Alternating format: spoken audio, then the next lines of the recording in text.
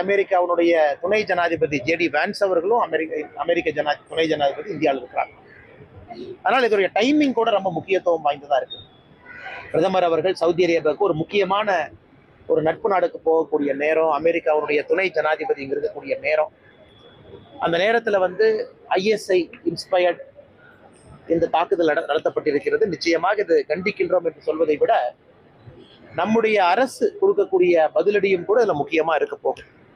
அதனால இந்த நேரத்தில் எல்லா மக்களும் கூட அமைதியா இருக்கணும். ஏன்னா யாரும் சோசியல் மீடியாவில் நிறைய விஷயங்களை பார்க்குறோம், எல்லோருமே ஆக்ரோஷமா பதிவுகளை போடுறாங்க. தேவையில்லாதது.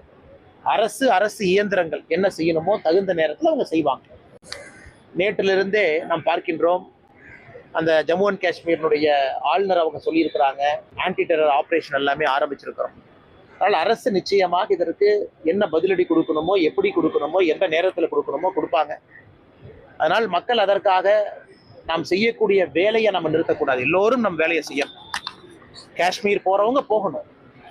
நாளைக்கு நான் காஷ்மீர் போறதா புக் பண்ணியிருக்கிறேன், வர்ற ஜூலை மாதம் அமர்நாத் யாத்திரா நடக்குது, நான் போகணும்னு நினைக்கிறவங்க கண்டிப்பா போகணும். இந்த கோழைத்தனமான இந்த தாக்குதலுக்கெல்லாம் பயந்து நாம் நம்முடைய வேலையை நிறுத்தினாதான் அந்த தீவிரவாதிகளுக்கு நாம் கொடுக்கக்கூடிய பயமா இருக்கும். அதை பண்ணக்கூடாது. எல்லோரும் நம் வேலையை செய்வோம். காஷ்மீருக்கு யார் போகணும்னு நினைக்கிறோமோ போகும். நிச்சயமாக அரசு இதற்கு என்ன தவறுக்கு பதிலடி கொடுக்கணுமோ அரசு நிச்சயமா அதை கொடுக்கும்.